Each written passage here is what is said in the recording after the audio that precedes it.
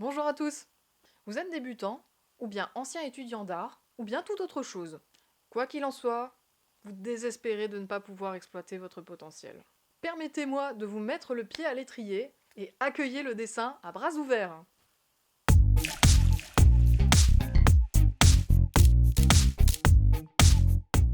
Il faut quelques mois pour inscrire une habitude dans notre quotidien sans qu'on ait plus à y penser.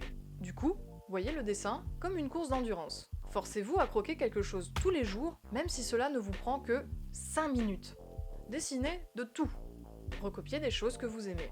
Mais surtout, dessinez et observez les objets et personnes que vous avez autour de vous. Vous améliorerez vos capacités mécaniquement parce que vous allez travailler sur ce qu'on appelle la mémoire musculaire. En parlant de mémoire musculaire, il y a de fortes chances que vous vous sentiez rouillé. Si vous avez les yeux plus gros que le ventre et travaillez sur des dessins de trop grande taille, vous risquez d'être déçu, découragé, voire même les deux tant qu'on y est. Vous travaillerez plus vite sur des réalisations de petite taille. Non seulement cela vous incitera à dessiner plus souvent, mais ça va muscler et entraîner vos doigts et votre poignet. Pas le prendre dans le mauvais sens, hein. Et vous éviterez de perdre confiance sur des travaux que vous ne parviendrez pas à finir. Sans oublier qu'à court terme, c'est beaucoup plus gratifiant. Ensuite, je sais que j'insiste souvent avec ça, mais achetez du matériel de bonne qualité. Mais n'en faites pas trop non plus, hein. Si vous n'investissez pas un peu, des outils et des supports bas de gamme vont rendre votre progression plus difficile et plus frustrante que ça n'est nécessaire. Choisissez donc un rapport qualité-prix intéressant. À l'opposé, vous n'oserez pas vous servir de matériel plus cher par peur de gaspiller. Gardez ça pour plus tard, ou bien offrez-le vous lorsque vous atteignez un objectif que vous vous êtes fixé à l'avance. Voici ce que j'ai utilisé quand j'ai repris. Un carnet à 6 Moleskine et un Criterium Rotring. Si ça vous intéresse, je vous ai mis des liens sponsorisés en description de la vidéo. D'ailleurs, si vous achetez du matériel en cliquant dessus, vous soutenez la chaîne. Maintenant que vous êtes équipé, ne lâchez pas votre matériel. Un autre intérêt de faire petit, c'est d'emmener vos affaires partout avec vous.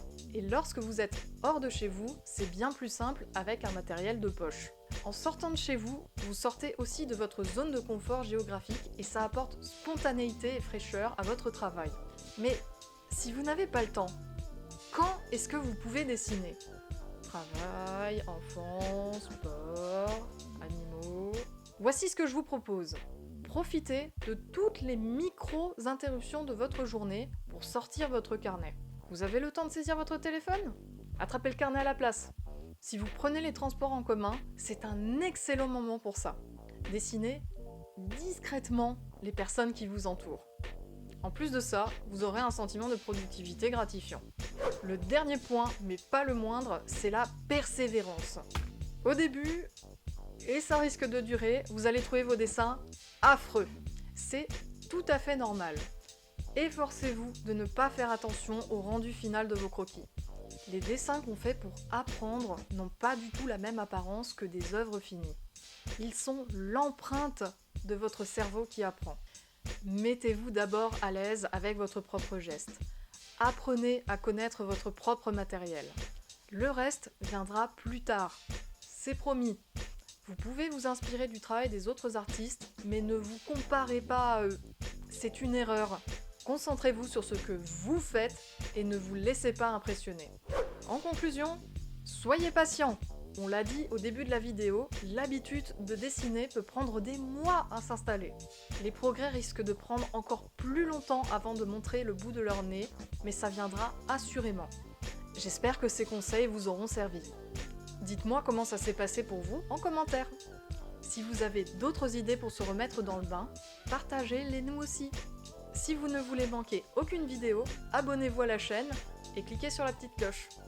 Je stream sur Twitch tous les lundis et jeudis soirs, le lien est disponible en description. En attendant, vous pouvez me suivre sur Facebook, Twitter et Instagram, les liens sont disponibles en description. Jusqu'à la prochaine vidéo, n'oubliez pas de faire chauffer votre crayon. Salut et à bientôt.